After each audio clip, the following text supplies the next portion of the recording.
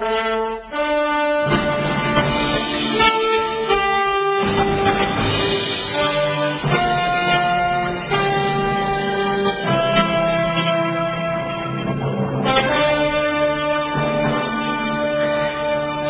is devoted to the most important and fastest growing segment of society.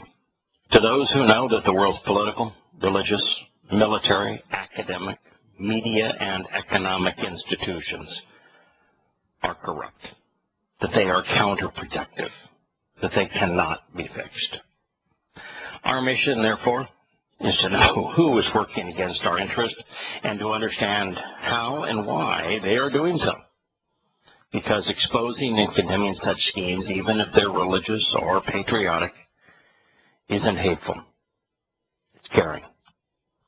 In our concluding hour, we're going to use evidence and reason to continue to explore Paul's opening salvo, his letter to the Galatians, and to hold him accountable for claiming to be inspired by Yahweh while condemning everything God had to say. Our phone number, if you'd like to participate in this discussion anytime over the next 3 hours, and during our second hour, we're going to do sports and the news, and you're welcome to participate in that portion of our program as well. Our number is toll-free, 877-300-7645. First item in the news struck my attention. Turkey, which is extraordinarily belligerent as a nation. You know, Turkey is the nation that as the Ottoman Empire at the end of World War I lost an engagement to the Tsarist Russians. And when the troops had to come back with their tail between their legs and were not able to extract booty in the typical Islamic fashion, which would mean raping the women, enslaving them, bringing them back as sex slaves, and stealing the Russian possessions, they took their angst out against the Armenians and killed between 1.5 and 2 million of them in genocidal rage. Well, the world now is a world court. This is happens to be the European Court of Human Rights, has decided that Turkey must pay 90 million euros, that would be 123 million US dollars, for the damages that it inflicted on Cyprus during its 1974 invasion. The judgment is one of the largest ever ordered by the court. It said that the damages were compensation for losses endured during the invasion and the subsequent partition of the country between Greeks and Turks, between Muslims and Eastern Orthodox Christians. Cyprus has been divided since 1974 when Turkey invaded the north in response to a military coup on the island, which was backed by the government of Greece. Since then, the northern third has been inhabited by Turkish Cypriots, Muslims, while the southern two-thirds is by Greek Cypriots, Eastern Orthodox Christians. Turkey still has around 30,000 troops stationed on the island and is the only country that recognizes northern Cyprus as a separate entity. 30,000 troops there. Why isn't the world crying? I mean, why isn't the world saying, you've got not only troops on the border, you've got troops in the country? I mean, the United States and NATO had a conniption fit over Russia marching troops in its own country along the border with a failed state that used to be part of its country. And here's Turkey since 1974 with its troops stationed inside of a country that it invaded. And not a peep from the condescender-in-chief of the United States. U.S. peacekeeping forces estimate that 165,000 Greek Cypriots, Eastern Orthodox Christians, fled or were expelled from the north, and 45,000 Turkish Cypriots from the south, although the parties to the conflict say that the figures are considerably higher. Today, most news agencies are going to be showing the pictures of the 275 or so Christian girls in the custody of Boko Haram that are now wearing Islamic regalia. A video distributed today shows that the leader of the Nigerian, and this says Islamist extremist group, they're not an extremist group. They're a fundamentalist Islamic group. Boko Haram saying that they're willing to trade the 275 kidnapped teenage girls. And by teenage girls, they're not all teenagers. Some are 12. The oldest is 15. They're going to trade them for imprisoned members of the Boko Haram group. Now, the imprisoned members of the Boko Haram group are incarcerated because they were terrorists, because they murdered civilians, because they burned people's homes, often with the people inside. And from a Boko Haram fundamentalist Islamist perspective, these girls who are completely innocent should be used as pawns to release Islamic criminals. The video, which was obtained by the French ATP news agency, shows Boko Haram's leader, Abu Bakr Sheku, addressing the camera with an automatic weapon in his fist online, in his first online appearance since claiming responsibility for the mass kidnapping. This time he is not masked, by the way. He is sitting there grinning from ear to ear. In his previous video, of course, he threatened to sell the girls into sexual slavery. In another portion of the video, dozens of young women in traditional Muslim dress, yes, wearing the tents, being treated as if they were still living in the Stone Age. I guess it's a little beyond the Stone Age. The tents that they're wearing as if they're going back in time 1,400 years and therefore have no rights whatsoever, wearing tents. They were shown chanting verses from the Quran in unison, which means that the Muslim captors told these girls, you either memorize these Quran verses and chant them and put on the Islamic garb, or we will continue to torture you. These are Christian girls. Now, I'm not a fan of the Christian religion, but I'll tell you, what Islam is doing in this case is reprehensible. It is a sad reminder that in Islam, religion is compelled. Approximately 150 young women can be seen in the video, which means about half of them. At one point, a single girl addresses the camera in front of the group, appearing nervous, and recites a Quranic verse. Welcome to the hideous world of Islam.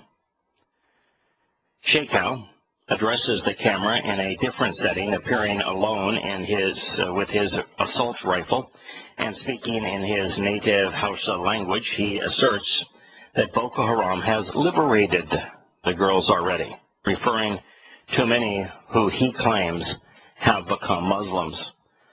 I would assume that of the other 125 girls that they refuse to play along, and that therefore they are being tortured. They're probably being raped, and they're being hideously abused for not being willing to become Muslims.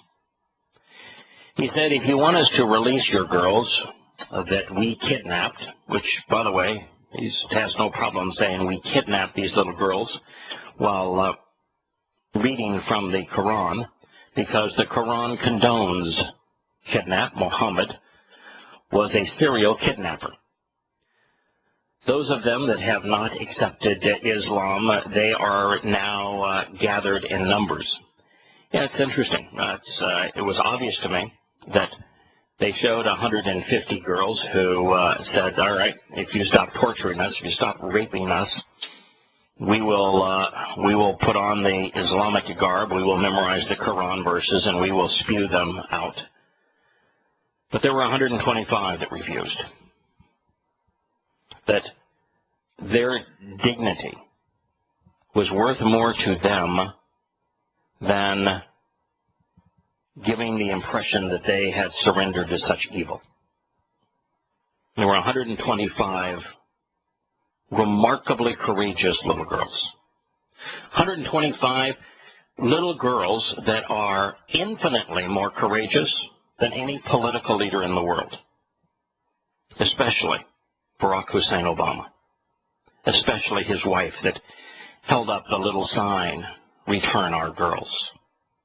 Imagine what these 125 little girls had to go through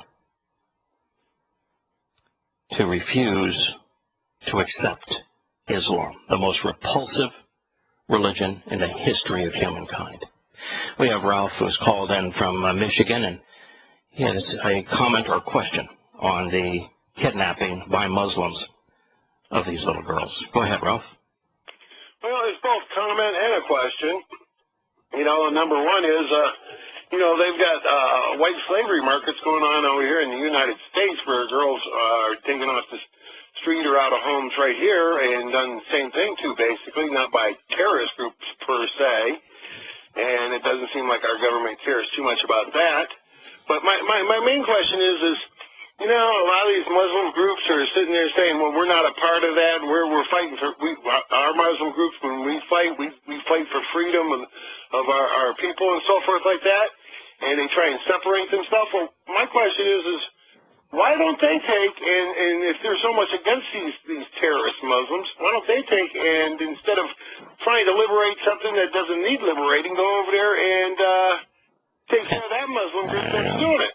Yeah, let's just talk about being politically correct here. Yeah, let's talk about both situations.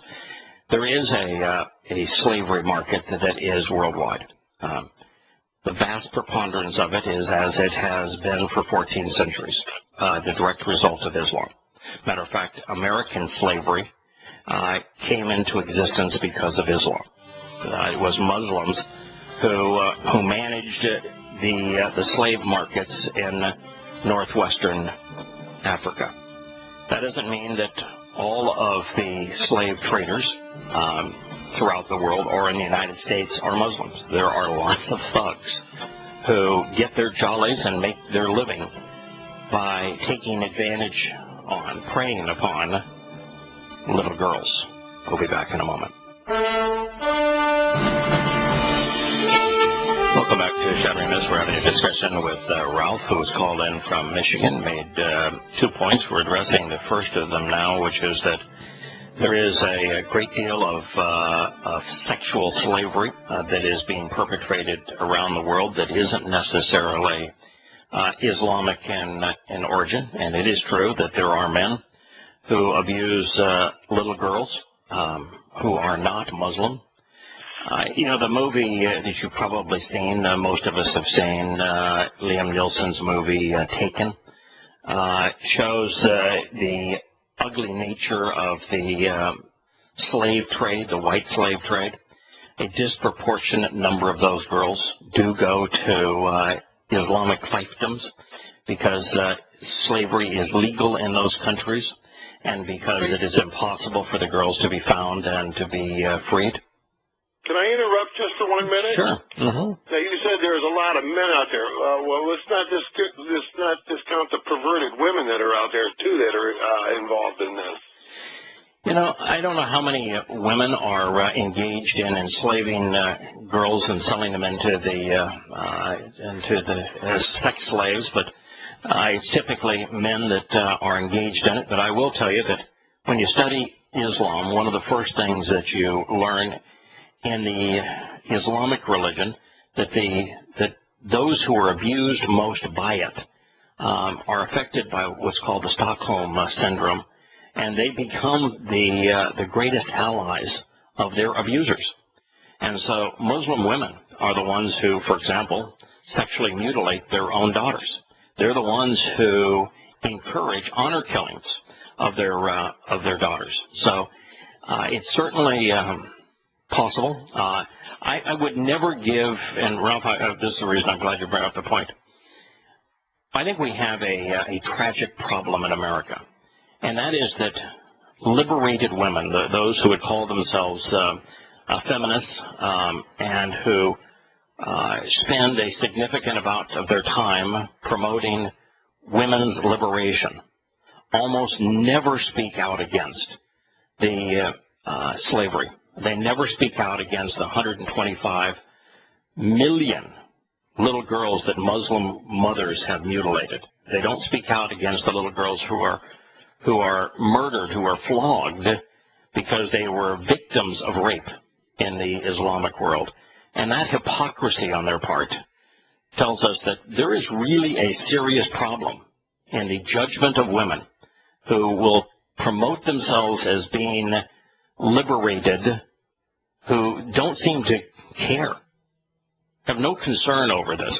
You know, Michelle Obama, to hold up a little sign, return our girls, and referring to Boko Haram as a terrorist organization when she knows darn well that it's a fundamentalist Islamic organization, and that the reason fundamentalist Islamic organizations are running amok in the world is because her husband gave a speech at the beginning of his presidency saying that their religion was great and this was their time. So there is a huge amount of hypocrisy. Let's turn to the second part of your question, if we may, Ralph. You said that there are Muslim institutions that are speaking against the kidnapping. There actually are no credible Islamic institutions speaking out against the kidnapping. The few Muslims that are speaking out against it are knowingly lying, and they know for certain that most Muslims do not agree with them. You see, an Islamic institution cannot speak out against the kidnapping without besmirching Muhammad, which is the basis of Islam, because Muhammad was a kidnapper. Muhammad was a rapist. Muhammad was a pedophile. Muhammad was incestuous. Muhammad rewarded his jihadists with female sex slaves. All of his generals and the leaders of his militia were given special slaves, usually young children, to molest. So if a Muslim institution speaks out against Boko Haram, they have to condemn Islam and their prophet in the process. But the last part of your statement is really interesting. You've got enormous resources invested in military apparati throughout the Islamic world, most of the weaponry provided by the United States. You know, you have Saudi Arabia as the 6th or the 7th largest military in the world in terms of expenditures. Why is it that none of them are willing to lift a finger to help these little girls? That's an interesting question, isn't it? It certainly is. What it does is it reveals the fact that Boko Haram is like them, that Boko Haram represents them, that Boko Haram is no different than the thugs who govern Saudi Arabia. I mean, look at Saudi Arabia. Every woman in Saudi Arabia is a slave. She's effectively a sex slave.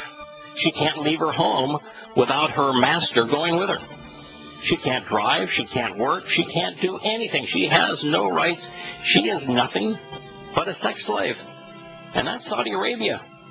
Well, there's no wonder they don't go after them.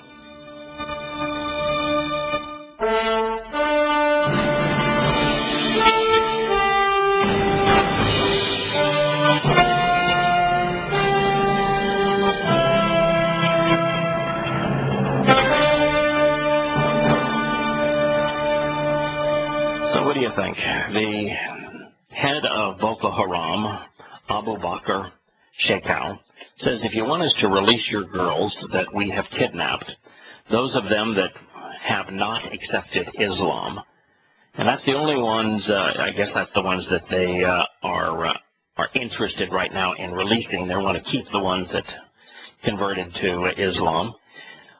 Then we will treat them well, the way the prophet would treat any infidel he seized. Yeah, well, I can tell you, I've studied the Quran, I've studied the Hadith. I've written the most comprehensive book on the Quran and Hadith called Prophet of Doom. And I know how Muhammad treated the infidels that he seized. He had the men killed. He sold the children into slavery. And he and his men raped the women.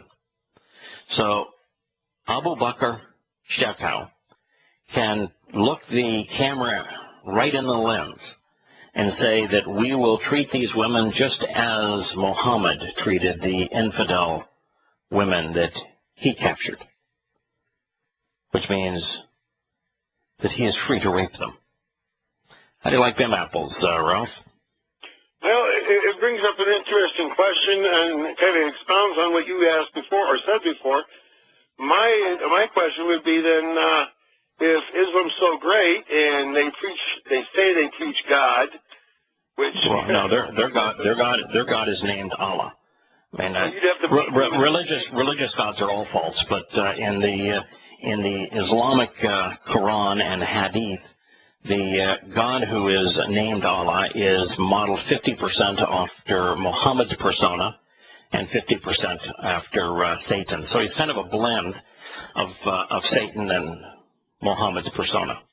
Well, that makes more sense, because how can you take and justify any God, well, except for the small g God and Satan, giving somebody 300 versions to have as they will, to take as they want? Yeah, that's the interesting thing. The interesting thing about Islam is, it's the actual number of virgins that are allegedly awarded to the Islamic jihadist who is killing infidels in Allah's cause is never actually specified. The Quran says multiple, and Muhammad would say that if you kill a Jew, then you get bonus virgins. And so someone along the way added the number 72 to that, and I'm sure others have expanded the number over time. What the Quran does say is that the reward for killing in Allah's cause those who do not surrender to Islam is multiple perpetual virgins. And I don't know how anybody could do that, because I've been married 41 years, and I love my wife very dearly. Okay, but congratulations. That's a long time, by the way, to have been married. I'm about ready to celebrate my 30th anniversary, so both of us married our trophy wives right off the beginning. Yeah, good job. Well, my wife tells me, I'm authorized actually to say that because my wife tells me that all the time, that I was just smart enough to marry my trophy wife at the beginning. What I was going to say, though, is, being married to my wife for 41 years, and like I said, I've been very happily married. Yes. To have more than one wife, though, would kind of put me in a tismo, because I'll tell you what, sometimes, she asks questions and stuff like that and says things, and I don't mean to be short with her or anything, but when I ask the question to have an answer, and she gives me this song and dance. I mean, she tells me the beginning of it, the end of it, the middle of it, and what she felt about it in there. And I'm like, I don't need the whole song and dance. Just give me the gist of the whole story, And can you imagine having 10 wives like that? I would absolutely go nuts. Yeah, see, I'm verbose, so I'm more likely to appreciate the long answer than the short answer. Although I will tell you that we do have men and women, by our very design, have different interests, and so I can empathize with you in the sense that the stories that I find extraordinarily interesting, that I want to give my wife the whole shebang on, she finds boring, and many of those that my wife loves to regale in with every possible detail, sometimes I have to feign enthusiasm, but the reality is that I will agree with you. One wife is wonderful. I am delighted to have married my wife. I would have no interest in having two wives.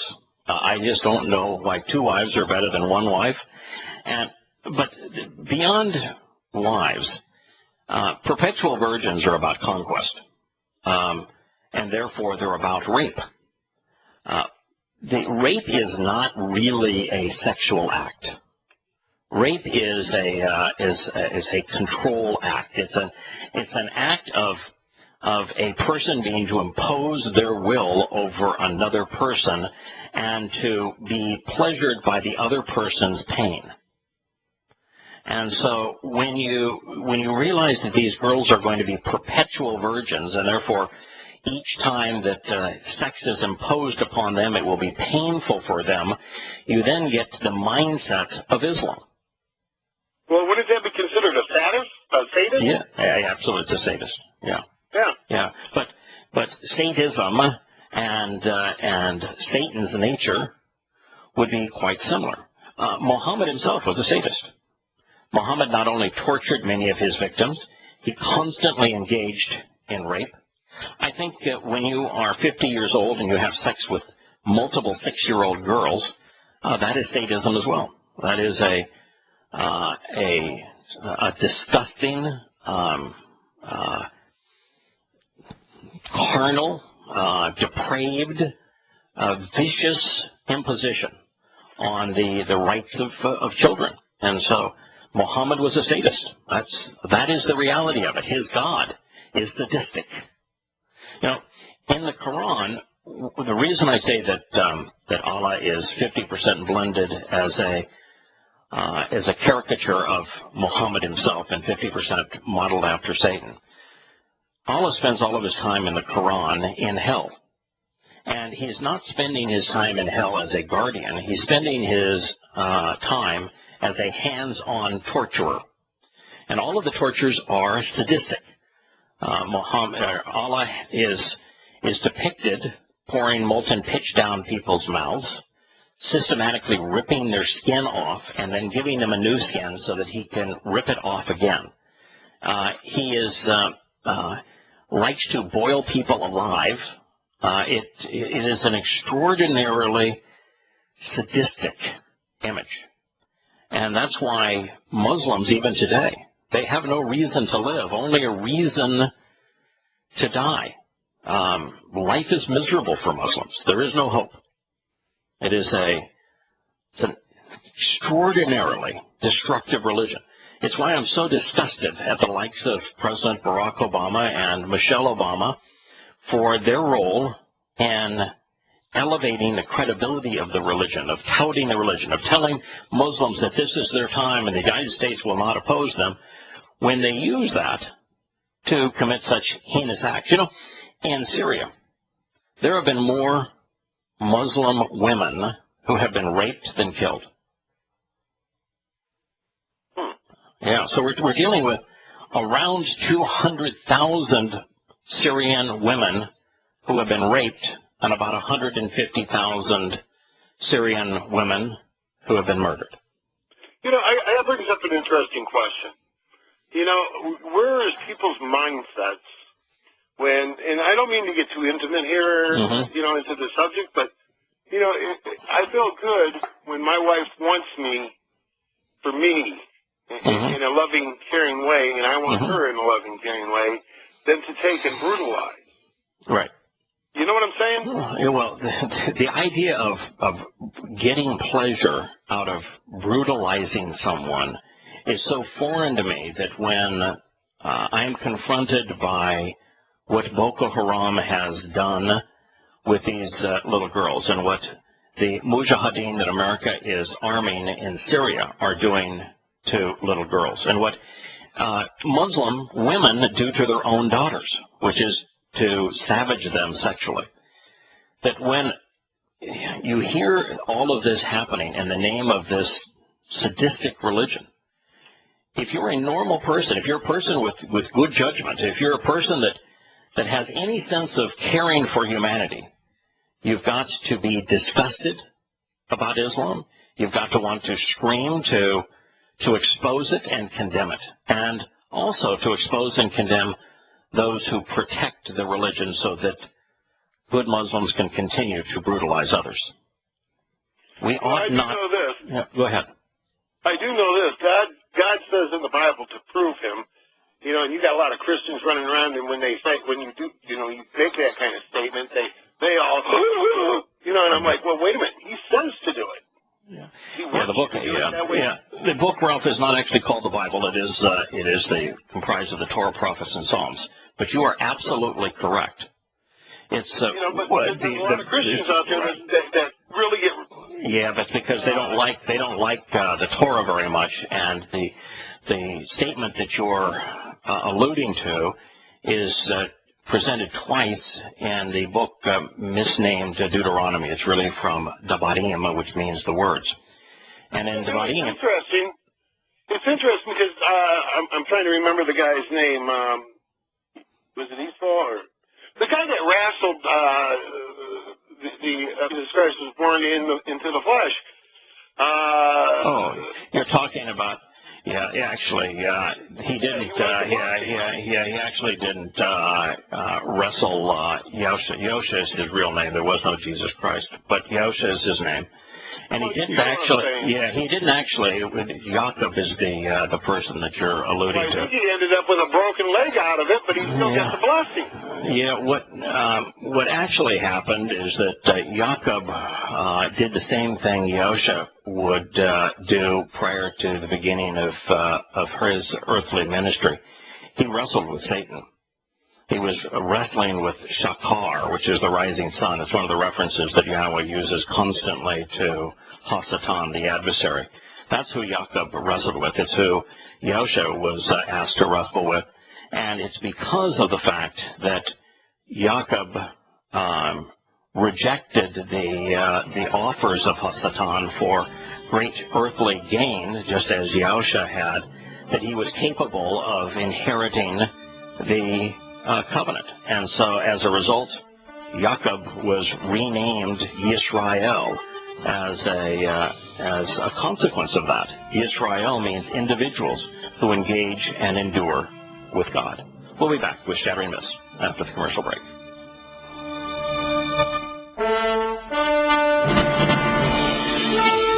Welcome back to Shattering Myths. We're having a conversation with Ralph, who is called in from Michigan regarding the deplorable treatment by Islamic fundamentalists of little girls.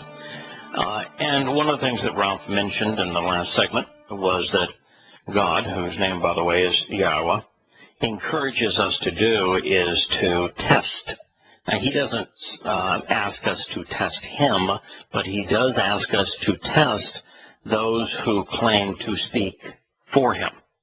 So if you were to deploy the test that he articulated in the 13th and 18th chapters of Devarim, Deuteronomy, to Islam, for example, in its Quran and Hadith, you would find that they fail miserably, that they are actually the antithesis of what they claim to confirm.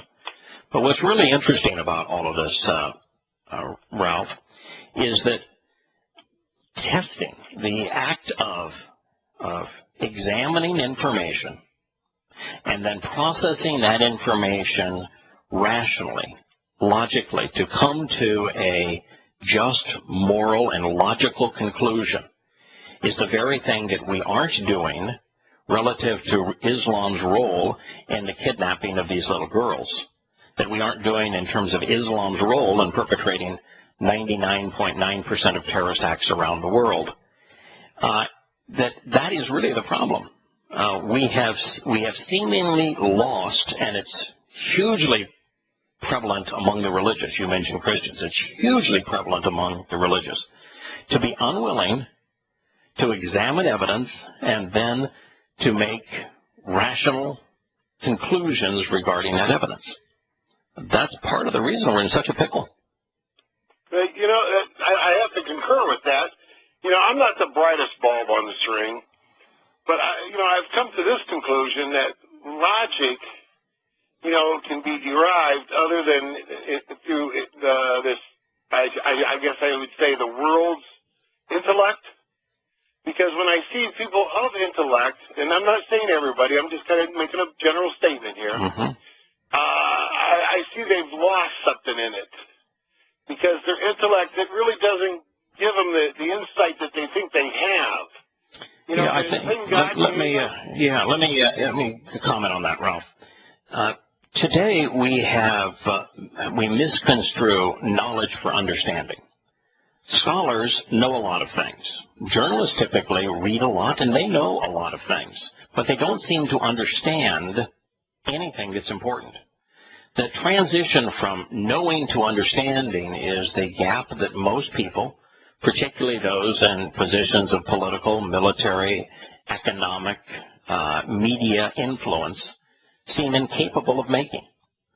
And when you don't exercise good judgment, if you're not judgmental, which is, by the way, the principal crime of political correctness, being judgmental, but if you cease to be judgmental, if you can't process the information and form a rational, logical, moral conclusion, then you can't be moral. You can't be just. You can't be civilized anymore. I think you're going right along with what Paul was saying, where he says we will judge angel one day.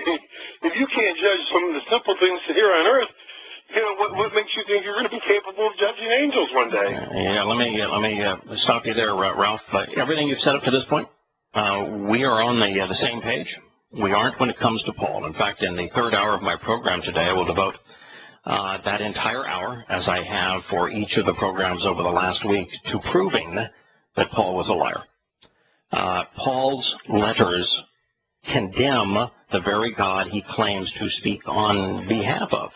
And the very test that you speak of that is found in the Torah and dividing Deuteronomy in the 13th and 18th chapters, when applied to Paul's letters, demonstrates conclusively that Paul, the founder of the Christian religion, was a liar when he claimed to be speaking on behalf of God. So I would hope that in days going forward that you use your ability to still be logical and judgmental, which is a really good thing, Ralph. I think that's you ought to be admired for that. But I hope you use it to also evaluate Paul. In fact, let me give you a great website to go to. It's a 1,000-page book. I wrote it. I rewrote it, I should say, about a year ago. It's called QuestioningPaul.com. You will, because you like logic, you still have a affinity for reason, I think you will find it a worthy investment of your time.